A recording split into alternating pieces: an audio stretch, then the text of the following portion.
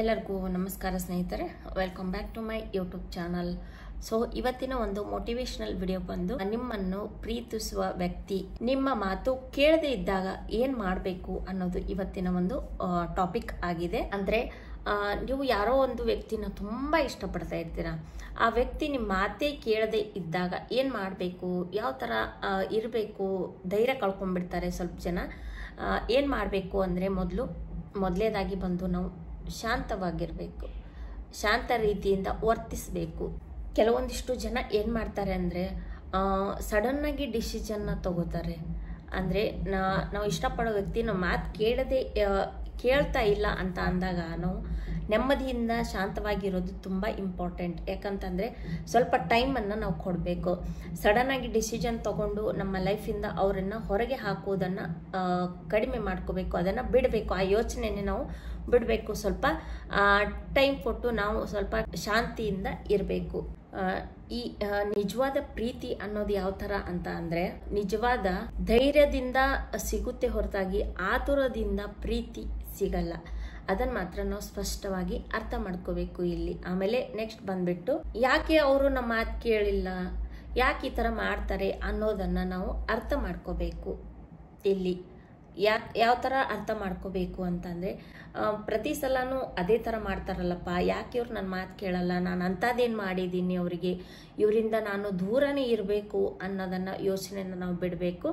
ನಾವು ಮೊದಲು ಅರ್ಥ ಮಾಡ್ಕೋಬೇಕು, ಯಾಕೆ ಹೀಗಾಯಿತು, ಏನು ಪ್ರಾಬ್ಲಮ್ ಆಗಿದೆ ಇಲ್ಲಿ, ಯಾವ ಥರ ಇದನ್ನು ಸಾಲ್ವ್ ಮಾಡ್ಕೋಬೇಕು ಅನ್ನೋದನ್ನು ನಾವು ತಿಳ್ಕೊಬೇಕು. ಅವಾಗ ಏನು ಅರ್ಥ ಮಾಡ್ಕೋಬೇಕು ಅಂತಂದರೆ, ಅವರಿಗೆ ಬೇರೆ ಏನಾದರೂ ಸಮಸ್ಯೆ ಇದೆನಾ, ಬೇರೆ ಕಡೆ ಗಮನ ಇದೆನಾ, ಅಥವಾ ಬೇರೆ ಯಾವುದೋ ಕೆಲಸದಲ್ಲಿ ಇದ್ದಾರಾ, ಅಥವಾ ನಮ್ಮ ಒಂದು ಮಾತು ಅವರಿಗೆ ತಟ್ಟಿಲ್ವೇನೋ, ಗೊತ್ತಾಗಿಲ್ವೇನೋ ಅನ್ನೋದನ್ನು ನಾವು ಅರ್ಥ ಮಾಡ್ಕೋಬೇಕು ಇಲ್ಲಿ. ನೆಕ್ಸ್ಟ್ ಬಂದ್ಬಿಟ್ಟು ನೆಮ್ಮದಿಯಿಂದ ಶಾಂತವಾಗಿ ಸೈಲೆಂಟಾಗಿ ಅವರ ಜೊತೆ ಮಾತಾಡುವ ಒಂದು ಅಂಶವನ್ನು ನಾವು ಹುಡುಕ್ಬೇಕು. ಅಂತ ಅಂದರೆ, ನಾವು ಕೂಗಾಡೋದ್ರಿಂದ ದಬ್ಬಾಳಿಕೆ ಮಾಡೋದ್ರಿಂದ ಅದು ಬರಲ್ಲ.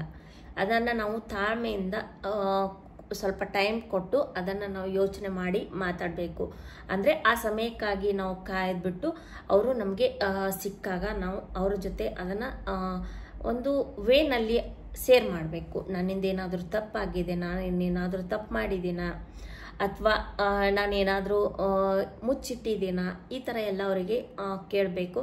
ಮತ್ತು ಏನಾದರೂ ನಿಮಗೆ ಸಮಸ್ಯೆ ಇದೆನಾ ಅಂತ ನಾವು ಅವರಿಗೆ ಸರಿಯಾದ ರೀತಿಯಲ್ಲಿ ನಾವು ಈ ಥರ ಎಲ್ಲ ಅವರಿಗೆ ಶಾಂತ ರೀತಿಯಿಂದ ಕೇಳಿದ್ರೆ ಆವಾಗ ಅವರಿಗೂ ಅರ್ಥ ಆಗುತ್ತೆ.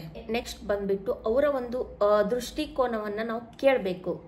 ನಾವು ಏನಾದರೂ ಕೇಳುವಾಗ ಎದುರು ಬದರಾಗಿರಬೇಕು, ಅಂದರೆ ಫೇಸ್ ಟು ಫೇಸ್ ಇರಬೇಕು.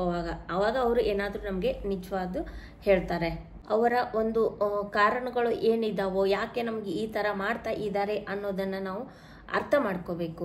ಆಮೇಲೆ ನೆಕ್ಸ್ಟ್ ಬಂದ್ಬಿಟ್ಟು ಅಪೇಕ್ಷೆಗಳಿಂದ ದೂರ ಇರಬೇಕು. ಅಂದರೆ ಪ್ರೀತಿ ಅಂತ ಅಂದರೆ ಬಲವಂತದಿಂದ ಬರೋದಲ್ಲ. ಅದು ಯಾರೇ ಇರಲಿ, ಅದು ಹುಡುಗ ಇರಲಿ ಹುಡುಗಿ ಇರಲಿ, ಯಾರೇ ಇರಲಿ, ಅದು ಅವರು ನನ್ನ ಮಾತೆ ಕೇಳಬೇಕು, ನಾನು ಹೇಳ್ದಾಗೆ ಇರಬೇಕು ಅಂತ ಈ ಥರ ಯೋಚನೆ ಮಾಡೋಕ್ಕೆ ಹೋಗಬಾರ್ದು. ಹುಡುಗ ಆಗಿರಲಿ ಹುಡುಗಿ ಆಗಿರಲಿ, ಈ ಥರ ಯಾವತ್ತೂ ಕೂಡ ಯೋಚನೆ ಮಾಡೋಕ್ಕೆ ಹೋಗಬೇಡಿ. ನೆಕ್ಸ್ಟ್ ಬಂದ್ಬಿಟ್ಟು ಒಳ್ಳೆಯದಾಗಿ ಶಕ್ತಿಯನ್ನು ಬದಲಾವಣೆ ಮಾಡ್ಕೋಬೇಕು. ಯಾವ ಥರ ಅಂದರೆ, ನಾವು ಸುಮ್ಮನೆ ನಮ್ಮಷ್ಟಕ್ಕೆ ನಾವು ಒಳ್ಳೆಯರಾಗಿ ಇರಬೇಕು. ಅಂದರೆ ಒಂದಿನ ಅವರಿಗೆ ಅರ್ಥ ಮಾಡ್ಕೊಂಡ್ಬಿಟ್ಟು ಅವರೇ ನಮ್ಮ ಜೊತೆ ಚೆನ್ನಾಗಿ ಇರ್ತಾರೆ. ಈ ವಿಡಿಯೋದ ಅರ್ಥ ಇಷ್ಟ ಆಗಿದೆ. ನಾವು ಅವ್ರ ಜೊತೆ ನಮ್ಮ ಮಾತು ಕೇಳದೆ ಇದ್ದಾಗ ನಾವು ಶಾಂತ ರೀತಿಯಿಂದ ಇರಬೇಕು. ಮತ್ತು ಅವರ ಜೊತೆ ನಾವು ಸಂಬಂಧ ಬೆಳೆಸಬೇಕು ಅಂತ ಅಂದರೆ ಸಂಭಾಷಣೆ ಮಾಡಬೇಕು ನೇರವಾಗಿ ಅವರ ಜೊತೆ. ಮತ್ತು ನಾವು ಪ್ರಾಮಾಣಿಕವಾಗಿರಬೇಕು. ಮತ್ತು ನೆಕ್ಸ್ಟ್ ಬಂದ್ಬಿಟ್ಟು ನಮ್ಮ ಗೌರವ ಉಳಿಬೇಕು ಅಂತ ಅಂದರೆ ಅಪೇಕ್ಷದಿಂದ ಇರಬಾರ್ದು. ಅಂದರೆ ಎಲ್ಲ ನನ್ನ ಮಾತೆ ಕೇಳಬೇಕು, ನನ್ನ ಹಾಗೆ ಇರಬೇಕು ಅನ್ನೋದನ್ನು ನಾವು ಯೋಚನೆ ಮಾಡಬಾರ್ದು. ಆಮೇಲೆ ಬದಲಾವಣೆ ತರಬೇಕು ಅಂದರೆ ಏನು ಮಾಡಬೇಕು ಅಂತ ಅಂದರೆ, ಬಲವಂತ ಮಾಡೋಕ್ಕಿಂತ ಪ್ರೀತಿಯಿಂದ ಇರೋದನ್ನು ಕಲಿಬೇಕು. ಕೊನೆಗೆ ಒಂದು ಮಾತು ಹೇಳಬೇಕು ಅಂತ ಅಂದರೆ, ಪ್ರೀತಿಯಲ್ಲಿ ತಾಳ್ಮೆ ಬೆಳೆಸುವವನು ಪ್ರೀತಿಯನ್ನು ಶ್ರೇಷ್ಠವಾಗಿ ಕಟ್ಟಿಕೊಳ್ಳಬಲ್ಲನು. ನಿಜವಾದ ಪ್ರೀತಿ ಕೇಳಿಸುತ್ತಲೇ ಇದೆ, ಕೆಲವೊಮ್ಮೆ ಅದು ನಿಶಬ್ದವಾದ ಭಾಷೆಯಲ್ಲಿ ಮಾತ್ರ ಕಿವಿಗೆ ಬೀಳುತ್ತದೆ. ಇಷ್ಟು ಈ ವಿಡಿಯೋ ಆಗಿದೆ, ಅರ್ಥ ಆಗಿದೆ ಅಂತ ಅನ್ಕೋತೀನಿ ಎಲ್ಲರಿಗೂ. ಇಷ್ಟು ಹೇಳಿ ಈ ವಿಡಿಯೋನ ಎಲ್ಲಿಗೆ ಎಂಡ್ ಮಾಡ್ತಾ ಇದ್ದೇನೆ.